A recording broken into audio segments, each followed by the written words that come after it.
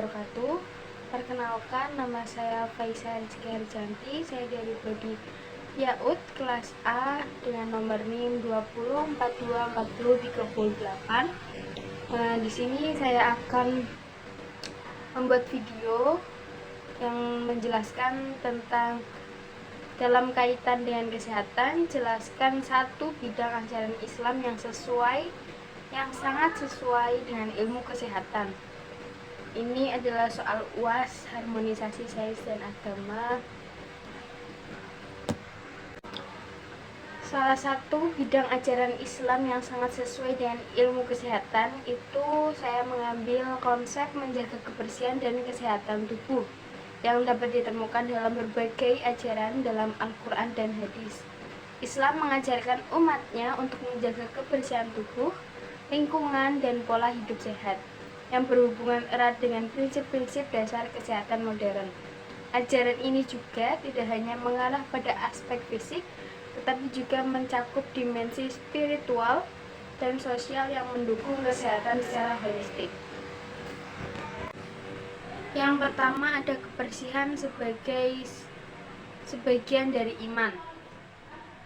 Islam itu menempatkan kebersihan dalam posisi yang sangat penting. Salah satu hadis yang terkenal itu yang sering dikutip, kebersihan adalah sebagian dari iman. Hadis ini menunjukkan bahwa kebersihan bukan hanya sebatas tindakan fisik, tetapi juga bagian dari ibadah dan kesolehan seseorang.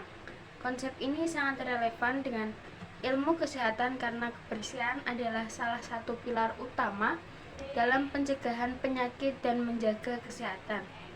Dalam konteks kesehatan modern, kebersihan tubuh dan lingkungan seperti mencuci tangan, mandi, dan menjaga kebersihan makanan terbukti sangat efektif dalam mencegah penyebaran penyakit dan menjaga tubuh tetap sehat.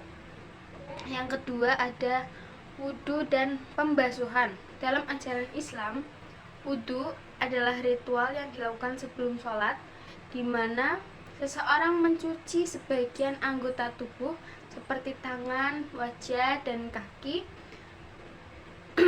Wudhu tidak hanya memiliki aspek spiritual, tetapi juga memiliki manfaat kesehatan yang signifikan. Beberapa studi kesehatan menunjukkan bahwa pembasuhan tangan, wajah, dan kaki secara teratur dapat mengurangi risiko infeksi kulit, penyakit pernapasan, dan masalah kesehatan lainnya.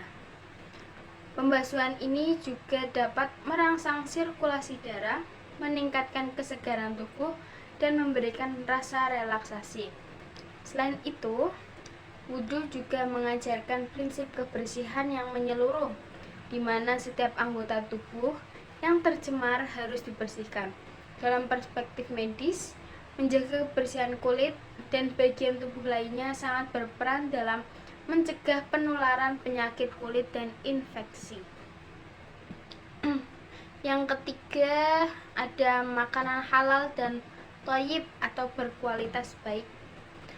Islam mengatur dengan jelas tentang konsumsi makanan dan minuman.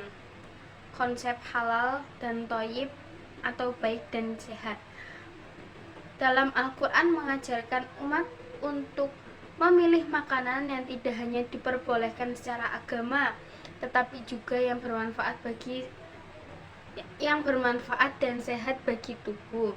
Dalam Al-Quran Allah berfirman, "Wahai manusia, makanlah yang baik atau thayyib lagi halal dari apa yang ada di bumi." Quran Surah Al-Baqarah ayat 168. Ajaran ini mengajarkan bahwa pola makan yang sehat dan bergizi sangat diperhatikan dalam Islam. Dalam konteks kesehatan modern, prinsip ini sejalan dengan rekomendasi untuk mengonsumsi makanan yang bergizi, segar, dan bebas dari bahan-bahan berbahaya seperti bahan kimia atau makanan yang mengandung zat-zat aditif yang merugikan kesehatan tubuh. Makanan yang halal dan thayyib juga mencakup anjuran untuk menghindari makanan yang berlebihan atau berisiko seperti alkohol dan daging yang tidak diolah dengan baik yang dapat membahayakan kesehatan tubuh. Yang selanjutnya ada menjaga kesehatan dengan berolahraga. Islam juga menganjurkan umatnya untuk menjaga tubuh tetap sehat melalui aktivitas fisik yang teratur. Dalam berbagai hadis, Nabi Muhammad SAW mendorong umatnya untuk beraktivitas fisik seperti berenang, berkuda, memanah, dan berjalan kaki.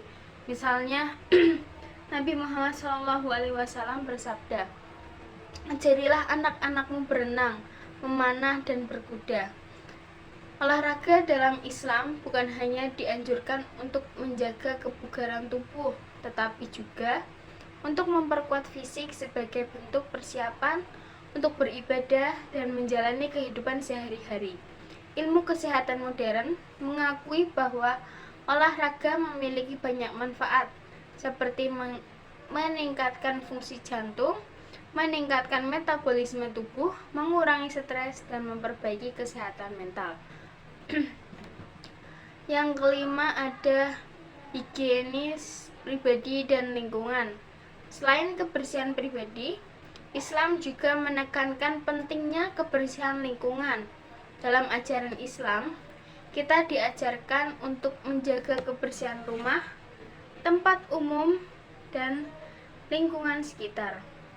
Hal ini sejalan dengan prinsip-prinsip kesehatan masyarakat yang mengutamakan kebersihan lingkungan untuk mencegah penyebaran penyakit. Rasulullah SAW bersabda, "Tempat tinggal yang bersih adalah bagian dari iman." Islam juga mengajarkan untuk tidak membuang sampah sembarangan, merawat taman dan kebun, serta menjaga keseimbangan alam. Ajaran ini relevan dengan prinsip-prinsip kesehatan lingkungan yang menekankan pentingnya menjaga kebersihan dan kelestarian alam untuk kesehatan manusia. Selanjutnya ada ajaran tentang keseimbangan atau wasatiyah. Islam mengajarkan konsep keseimbangan atau wasatiyah dalam segala aspek kehidupan, termasuk dalam menjaga kesehatan. Islam melarang segala bentuk ekstrim, baik dalam makan, minum, tidur, maupun beraktivitas. Dalam Al-Quran, Allah berfirman, "Makan dan minumlah, tetapi jangan berlebihan. Sesungguhnya Allah tidak menyukai orang yang berlebihan." Quran Surah Al-A'raf ayat 31. Konsep keseimbangan ini sangat sesuai dengan prinsip kesehatan modern yang menganjurkan untuk tidak berlebihan dalam mengonsumsi makanan atau minuman dan menjaga pola hidup yang seimbang antara aktivitas fisik dan istirahat.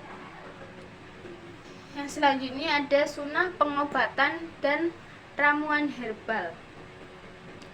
Islam juga memiliki tradisi pengobatan yang sangat kaya, yang mengajarkan penggunaan bahan-bahan alami dan ramuan herbal untuk menjaga kesehatan. Banyak hadis yang mengajarkan tentang manfaat tumbuhan dan bahan alami seperti madu, zaitun, air zam-zam, dan habatus sauda atau jintan hitam. Rasulullah SAW bersabda, "Pada madu ada penyembuhan bagi manusia." Nah, penggunaan ramuan alami ini sejalan dengan pendekatan kesehatan holistik yang lebih mengutamakan pengobatan alami dan preventif. Dalam beberapa kasus, pengobatan herbal dalam tradisi Islam telah terbukti memiliki manfaat medis yang signifikan, sejalan dengan penemuan-penemuan ilmiah modern. Yang terakhir ada menghindari stres dan menjaga kesehatan mental. Islam juga memberikan pedoman untuk tetap menjaga kesehatan mental dengan mengajarkan umatnya untuk memiliki rasa syukur, sabar, dan tawakal kepada Allah Subhanahu wa Ta'ala. Praktik doa, zikir, dan ibadah seperti sholat dapat membantu mengurangi stres dan memberikan ketenangan batin. dalam konteks modern ini sejalan dengan penelitian yang menunjukkan bahwa praktik mindfulness, meditasi, dan ibadah dapat memiliki dampak positif pada kesehatan mental dan mengurangi kecemasan serta depresi. Nah, kesehatan mental juga kita bisa berpuasa. Puasa selain merupakan ibadah juga bermanfaat untuk membersihkan tubuh dari racun dan meningkatkan kesehatan tubuh. Nah, dengan menerapkan yang sudah saya sebutkan tadi di atas dalam kehidupan sehari-hari, umat muslim dapat menjaga kesehatan diri, keluarga, dan lingkungan sekitarnya. Hal ini selaras dengan prinsip-prinsip dasar ilmu kesehatan yang juga menekankan pada pencegahan penyakit melalui kebersihan dan perilaku sehat. Jadi kesimpulannya, konsep-konsep dalam ajaran Islam mengenai kebersihan, pola makan sehat, olahraga, pengelolaan stres, dan pengobatan alami sangat sesuai dengan prinsip-prinsip ilmu kesehatan modern. Islam juga tidak hanya mengajarkan umatnya untuk menjaga tubuh dan pikiran agar sehat, tetapi juga untuk menjaga keseimbangan antara aspek fisik, mental, dan spiritual dalam kehidupan. Oleh karena itu, ajaran Islam tentang kesehatan memberikan pedoman yang komprehensif untuk mencapai kesejahteraan tubuh, pikiran, dan jiwa. Jadi kesimpulannya sangat penting bagi calon guru PAUD karena membantu mereka memahami hubungan erat antara sains dan agama dalam konteks pendidikan anak usia dini. Ini juga ada beberapa poin-poin penting.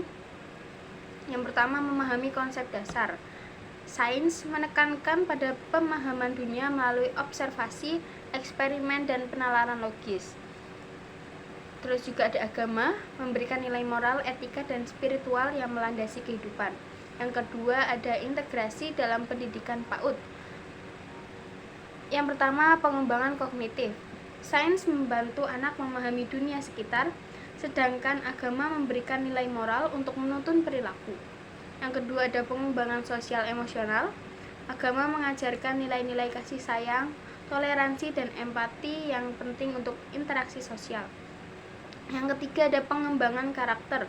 Integrasi keduanya membantu membentuk karakter anak yang berakhlak mulia, cerdas, dan memiliki rasa ingin tahu yang tinggi. Yang ketiga, peran guru PAUD. Mendidik dengan bijak, guru PAUD dapat mengintegrasikan sains dan agama dalam pembelajaran dengan cara yang tepat dan menarik bagi anak. Menjadi teladan, guru menjadi contoh guru menjadi contoh bagi anak dalam menerapkan nilai-nilai agama dan sains dalam kehidupan sehari-hari.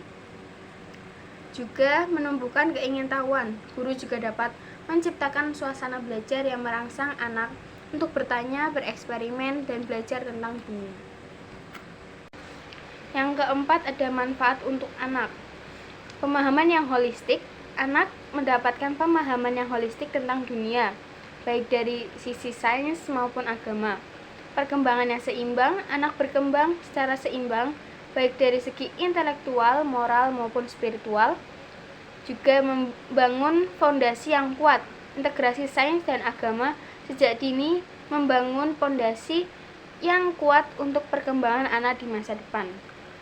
Nah, dengan demikian, memahami pentingnya mata kuliah harmonisasi sains dan agama, calon guru PAUD dapat menjadi pendidik yang berkualitas, mampu mengintegrasikan nilai-nilai agama dan sains dalam pembelajaran, serta membentuk generasi penerus yang cerdas, berakhlak mulia, dan beriman.